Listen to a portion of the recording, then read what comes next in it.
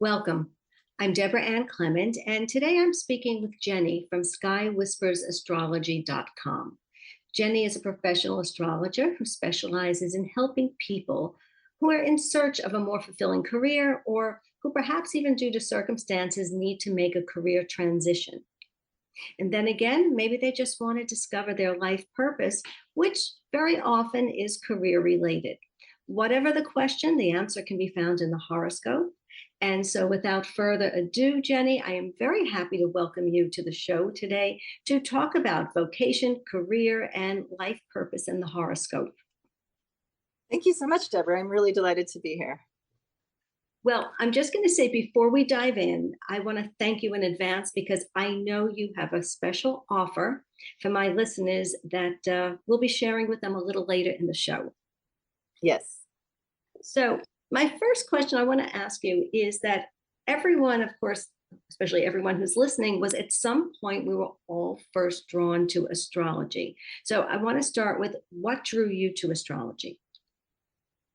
Well, that's so interesting. I feel like it's been a lifelong interest of mine. I remember that my first exposure to it was when I was in high school, and my mom had Linda Goodman's Sun Signs book, which I still find to be a great book. And I pulled it off the shelf and started reading through, and it had the sun signs by, man, woman, child, boss, employee. I just thought it was fascinating, and I was hooked.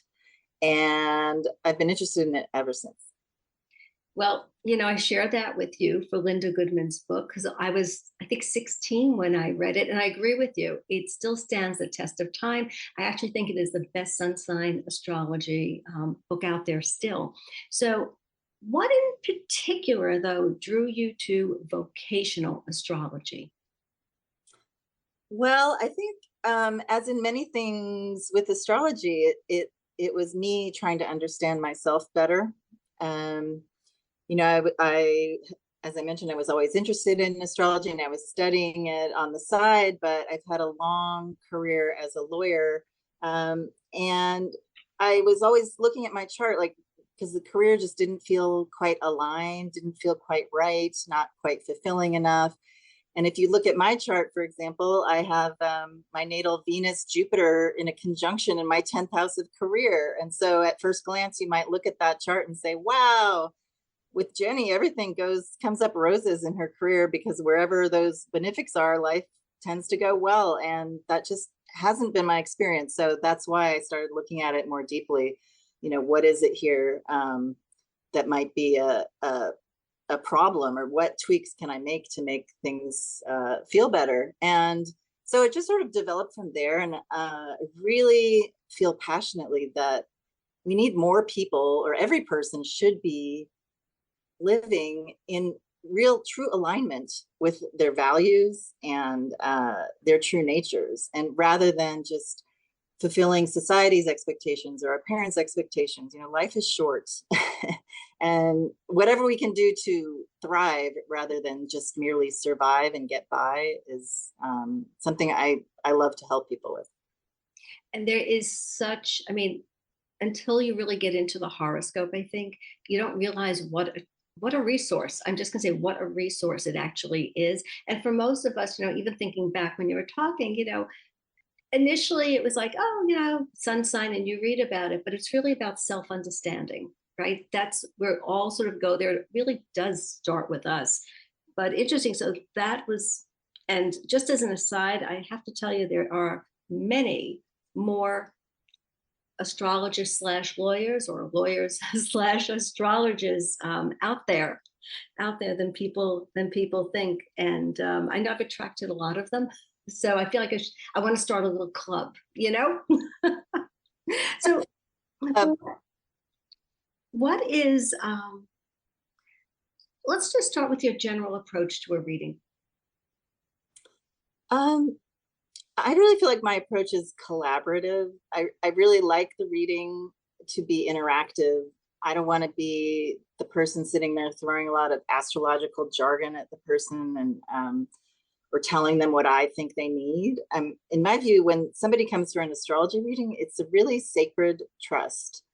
And I really want to honor that trust and meet the client wherever they are, and help them in whatever way feels right for them, rather than me projecting onto them what I think, they should do with their life, right? It's ultimately up to each individual. So whatever I can do to facilitate that, I see that as my role. Okay. Okay, so let's get a little bit more specific. And I'm going to say someone comes to you because they want to know about career.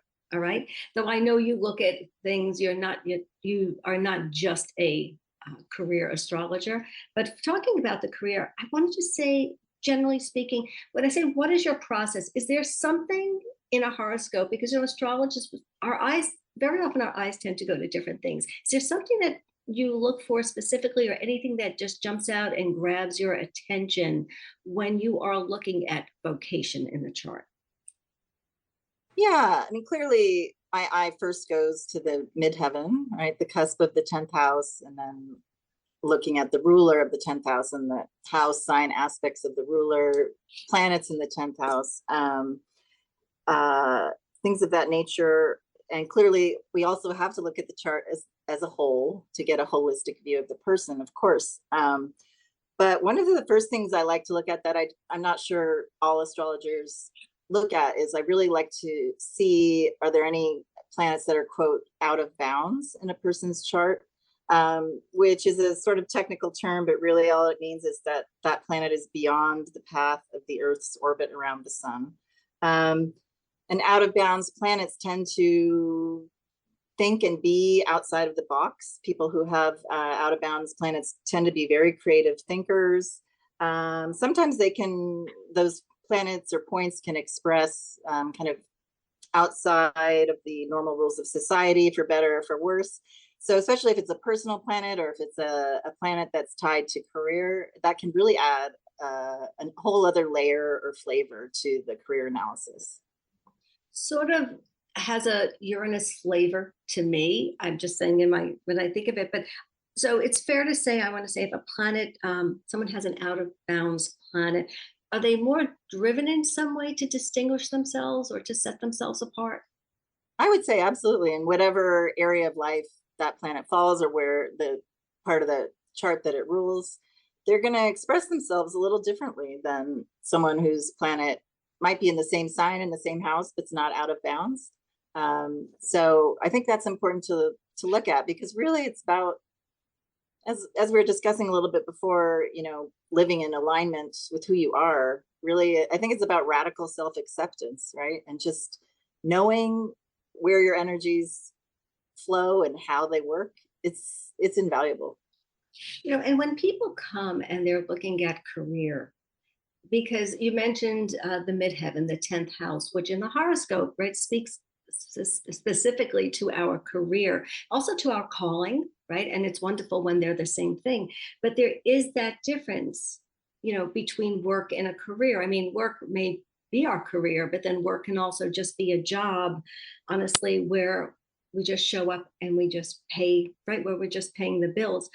But when it comes to the career and someone comes to you, a lot of people, well, I won't say a lot of people, but I know I've had my fair share, career changers. Okay. And whether it was because, listen, they may have been laid off and they are forced to make that transition, or again, they're just looking for more fulfillment.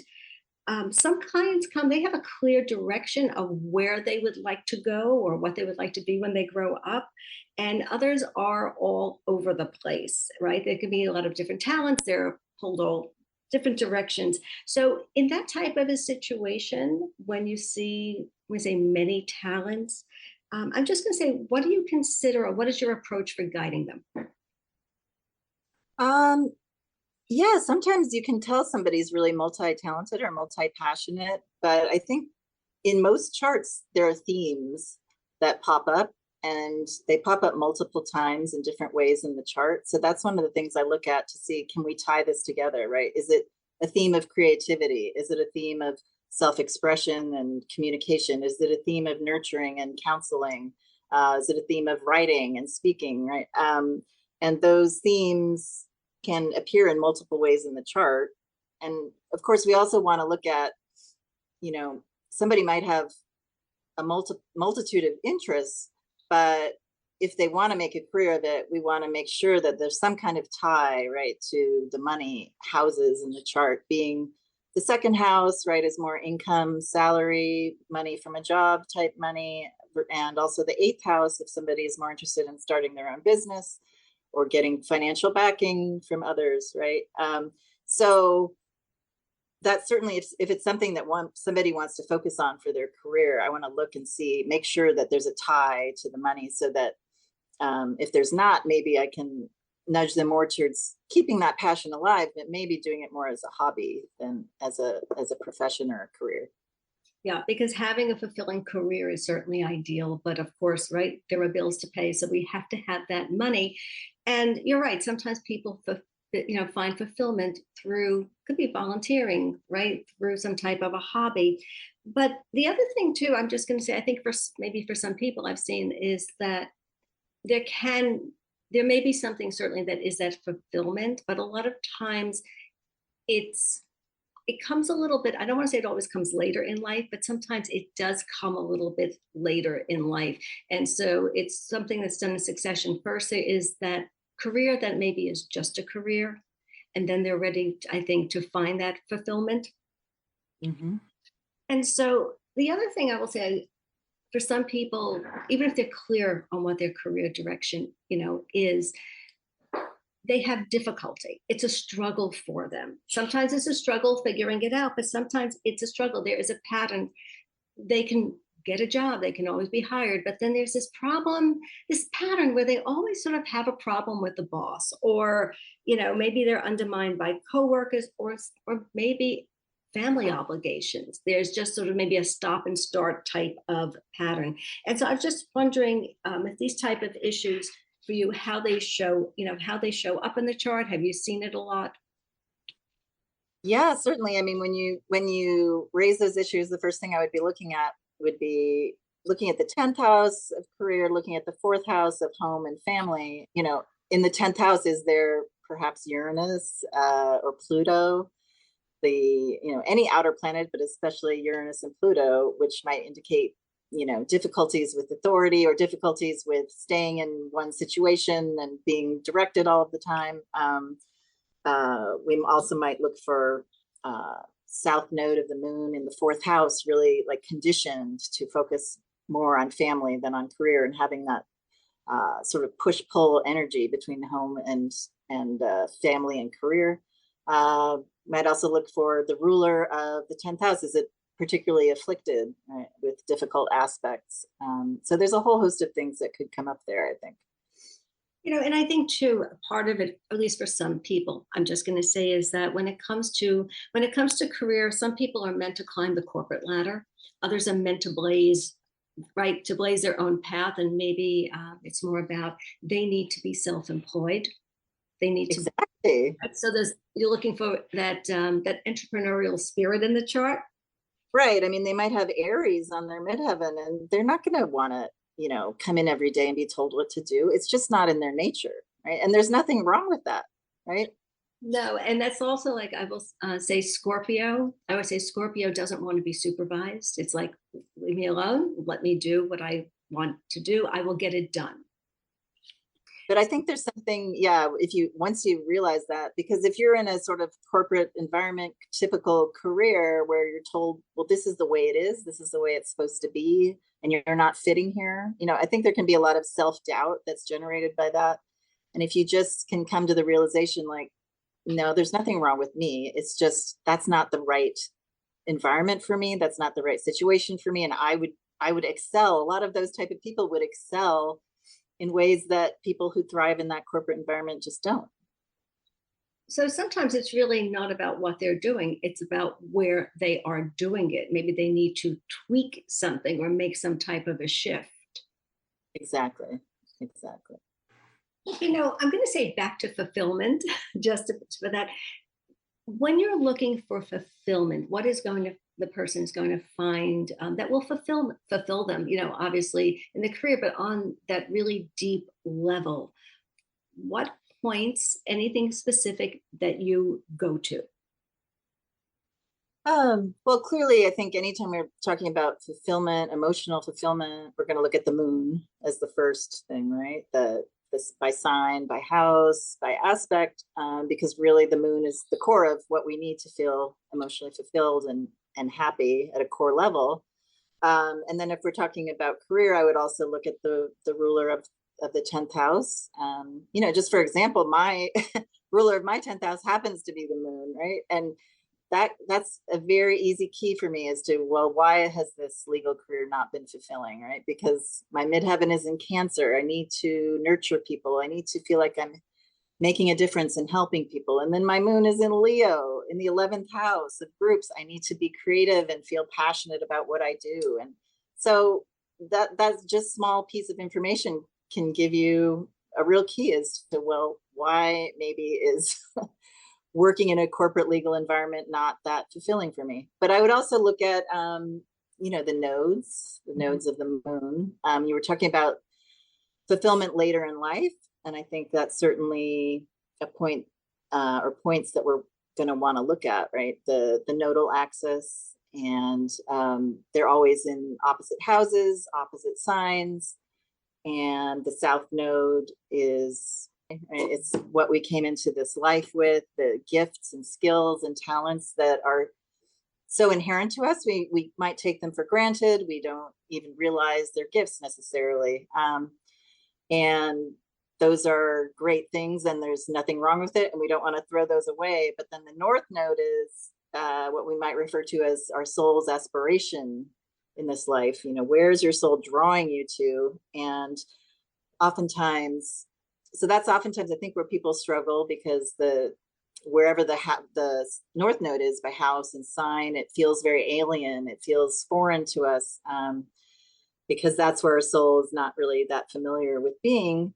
And most people don't even get started on reaching for that north node to midlife.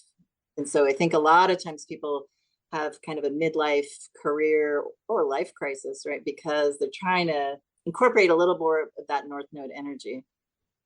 Yeah, and I do think too, just to the moon, because it is what we need to feel emotionally secure, right? And that's just important across the board in every area of our life. And the nodes, because sometimes they are definitely connected to the career. You always have to look at that, I think. Sometimes, of course, they're not. I will say, I found the average age for people to start really becoming aware and maybe really talking about it or actively pursuing something in that north node direction. For me, I found it to be about 45, I'm going to say, is the average. Though I was older, I was in my 50s. Anyone who's younger, I'm always very impressed to see that. And you're right about, yeah, you're Still right. working. I'm 55 and I'm still working. It is, but it is about that. It is that unfamiliar, right? It's the north node is that aspirations, it's that unfamiliar territory, sort of, but we're drawn to it, right? Right. We are definitely drawn to it. And that's But so this, balance between the two, not throw away the south node, right? yeah, Just it's do a happy. not getting stuck there. It's just really right. It's about not getting stuck there, because we lean on our south node as we move towards our north node, and that is truly the perfect balance. And so also, though, I am going to say about life purpose, because people very often, many people will use career and life purpose interchangeably. They're not really the same thing. Sometimes they are. And so when a client wants to know their life purpose, all right, just their life purpose in general is the nodes. I'm just going to go there for a moment and say, certainly for me, I would be looking at the nodes and at the midheaven as well. And just anything else that you look at, if someone just says life purpose. Yeah, certainly that's where I look for. When you say life purpose, the nodes spring to mind immediately. And obviously, for career purpose, career, 10th house being career, but also sort of our role in the world more broadly, not necessarily only career. I guess the other thing I might look at is Pluto, just because wherever Pluto is in our chart is where we need to transform slowly over time. And I think Pluto speaks a lot to our soul's empowerment journey. So I think that's an important one to look at as well. Yeah. And I was going to also just, I was just going to add that because the 10th house, it's the calling, right? It's what we're called to do. And so to me, with the calling, I just think there's this, it's fulfillment there. I feel like it's inherent to the calling, right? And Right. I also think I will, and of course, well, this is true, I guess, of my approach to any chart is the chart ruler, whatever that planet that rules the ascendant, where it is, what it's doing, I just think is so critical, right? To who the person is. And the nodes, we talk about the nodes by sign and by house. And that's certainly, I would say that's the first layer of it. And for people, I feel when it's life purpose, we look at the signs, look at those houses, and then you have to look. I feel like we go deeper. We look at those planets that rule that north node, rule that south node. It's so many layers of analysis, right? I mean, because what house is that? What are those aspects? And it really does come together, really to tell a very rich story. Absolutely. It's so deep. I mean, I think when people first get into astrology, they just don't necessarily appreciate the multiple layers of depth that you can get from the chart. No, it's true. And you know what now, besides vocational analysis, so you meet with a client and you discuss the chart and we go through the interpretation. Sometimes I almost think of it as sort of not a diagnosis, but right, we bring this guidance, this information. And very often I think for the clients is they do have aha moments and there's this greater awareness, but it's also sometimes very validating for them because right here you are and you're really just validating what they feel, what they know. So you're talking about maybe the what one might pursue. So what about the when in terms of guidance you can offer somebody in terms of timing? Yeah, absolutely. For career, the first thing I would look at it would be transits, right? Transits to the 10th house, particularly, well, there's different type of transits. The long-term transits of outer planets, for example, through the 10th house, right? Saturn on out are going to be really important to really transformative of somebody's career. Some of those are once in a lifetime type transits. Saturn might be 2 or 3 times around, right? But and then if we want to look more short term, nice transits from Jupiter, Jupiter through the 10th, or Jupiter trining the midheaven or the 10th house ruler, for example, would be a great time to interview for a job, for example. We can also look at eclipses, right? I mean, I just had the lunar eclipse this week, was right on the money, squaring my moon, the ruler of my 10th house. It's like, whoa, it's a little bit of a wild card energy. What's that going to bring? I don't know. Probably. Eclipses to this day, after all these years, and I will still say this, eclipses are difficult to predict with because they have a well-deserved reputation. We'll say they're game changers, but they can deliver blindsides, they can deliver miracles. But it is definitely to look at those eclipses and the Jupiter side of it, certainly because Jupiter expands, right? Jupiter expands what it touches.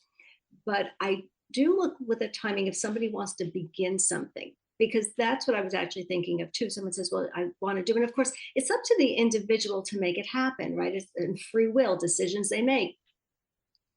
But in terms of the timing, the Jupiter to me is important in terms of the opportunity, because that's really, we say Jupiter is luck. It's really about opportunity, seizing that opportunity, making the most of that opportunity. So I think Jupiter, Saturn is extremely important.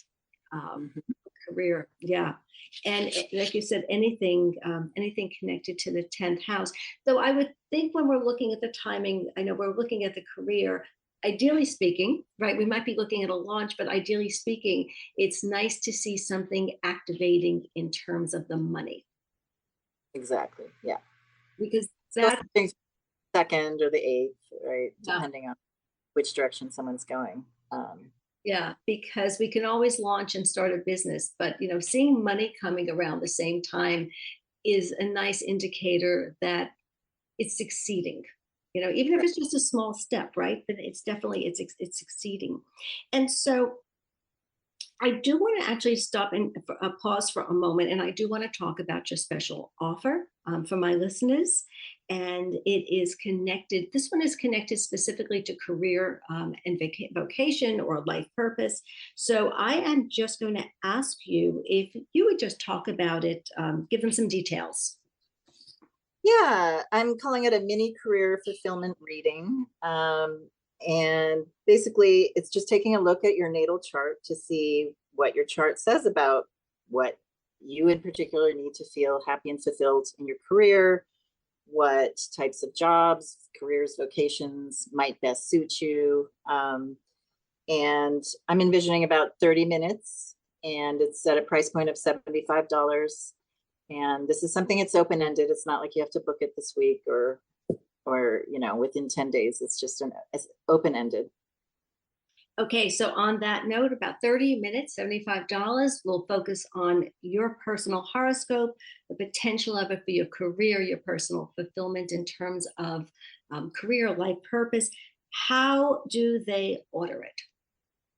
Oh, yeah, just email me at jenny@skywhispersastrology.com, and we'll set it up at a mutually convenient time and date.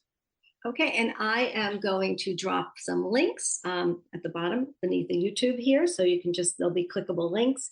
And your readings, I'm just going to ask how you conduct them. Are they by phone? Are they by Zoom? Yeah, that's up to the client. Usually I do Zoom, but if somebody's not comfortable with Zoom, we can do by phone. And in either way, I'll send them the recording afterwards, because I think often when we're in the middle of the reading, we might not absorb it all. So it's important to get the recording and then have it to listen back to. I think it is so important. I've always recorded my readings, and it's just there's so much information. And yeah, otherwise, if you're constantly trying to take down notes, then you're not really present, right? You're not really present, and you're not really getting it all. And you're certainly not going to think of questions that you can ask during the time. Later on, it'll be like, oh, God, should have asked that, should have asked that. And so, Right. have you noticed, and I don't want to say a trend, but have you noticed in your practice a pattern of career changes or transitions? Any particular reason or pattern? I'm just curious about that. That's interesting. Well, I think the pandemic really caused all of us to reevaluate, what are we doing with our lives? What are we doing with our careers? How do we want to spend our time and our energy and our resources? And it really has upended sort of the traditional job model, right? There's so much more remote work, and people are now, a lot of companies are trying to get people to come back full time, and people are like, hell no, right? Right. And so I've seen a lot of people who are really kind of asking deep soul questions. What am I here for? Why am I doing this? Do I need to really be doing this? And what else might I want to do? Right. A lot of people have that sort of existential angst about, I know this isn't it, but I don't know what I really would love to do. Right. So that's sort of a theme I've seen. No, and you know what? It is a tough thing. There are some people. I remember years back, I had a friend, and I met her like in junior high school. She always knew what she wanted to do, never wavered, pursued it. Did great at it. Always knew.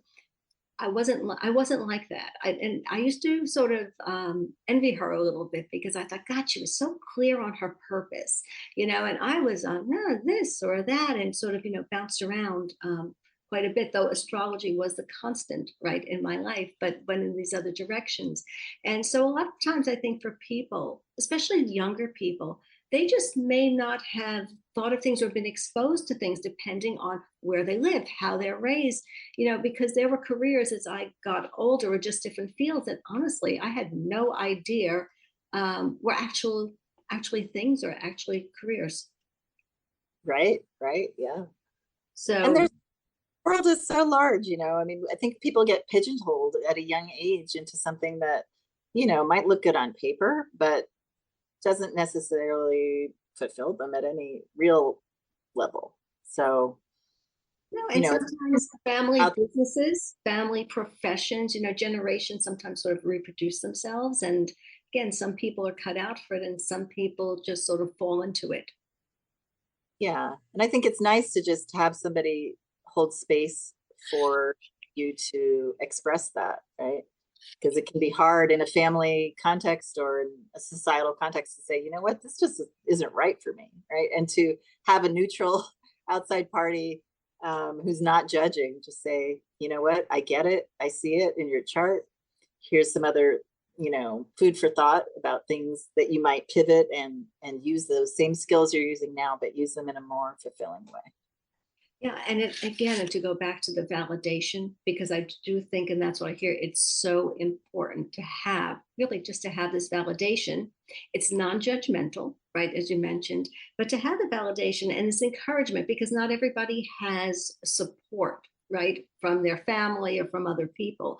And so not that you are their, necessarily their only cheerleader, so to speak, but as an astrologer, it can be very helpful. I'm just going to say to the client to know that their chart, okay, it's not their imagination. It's not just that they have some fantasy or just, oh, maybe I do have talent.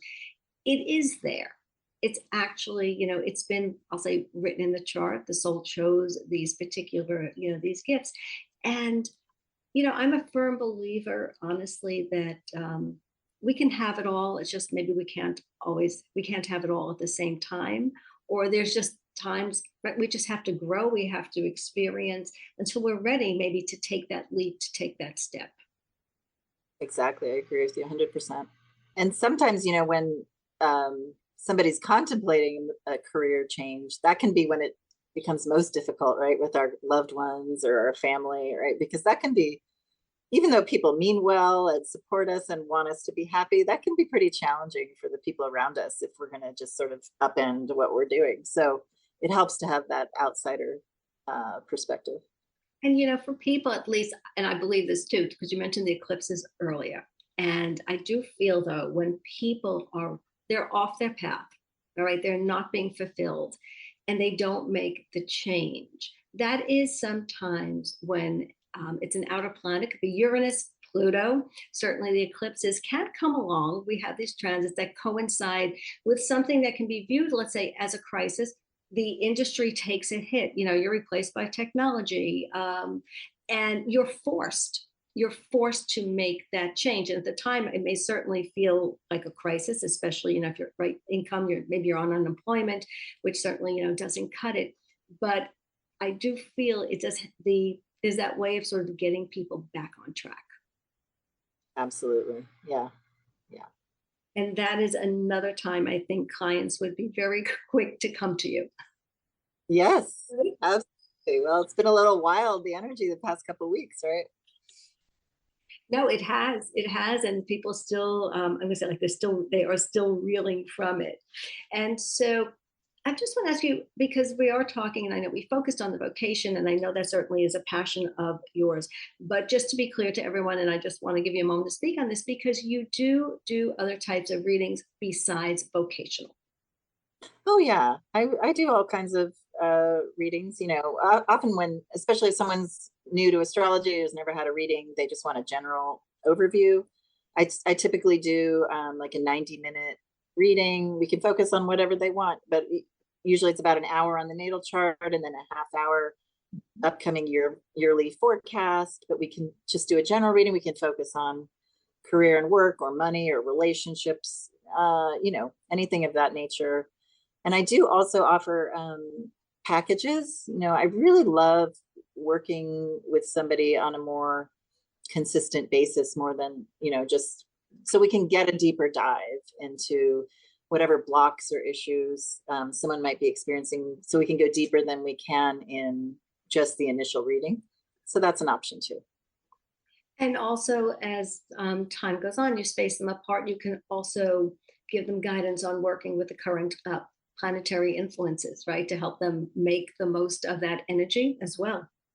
Absolutely, because in the a 90-minute reading, we're going to focus on the outer planets, right? Because that's going to be most important for the year upcoming. But if we work on a more consistent basis, we can also look at the inner planets that we really can't get to in a yearly overview. No, because they change so quickly. They move so quickly. And their Yes. influence, and that is something too, because with the outer planets, and especially Uranus, Neptune, and Pluto, those are I don't want to say they're the biggest players, but they are, along with the eclipses, from making radical changes in life, in a person's life. So I want to just say, Jenny, this was great. I'm so happy and thankful that you joined us today and that you're sharing all your wisdom with us. Well, thank you so much. It was really delightful to speak with you, and I hope this is helpful for your listeners. I'm sure it is. And on that note, to everyone who is listening, so I'm going to say, be sure to check out Jenny's website at skywhispersastrology.com. You can check out all of her offerings. The link, a link to her website, as well as along with her email, is going to be dropped, so you can contact her about that special vocational mini reading for $75. It's about 30 minutes. And this week, I want to just thank you all for joining me. I'm Deborah Ann Clement, and until next time, may Jupiter's blessings be your constant companion. We hope you've enjoyed this presentation. For more information about studying astrology with Deborah, or to schedule a consultation, please visit deborahclementastrologer.com.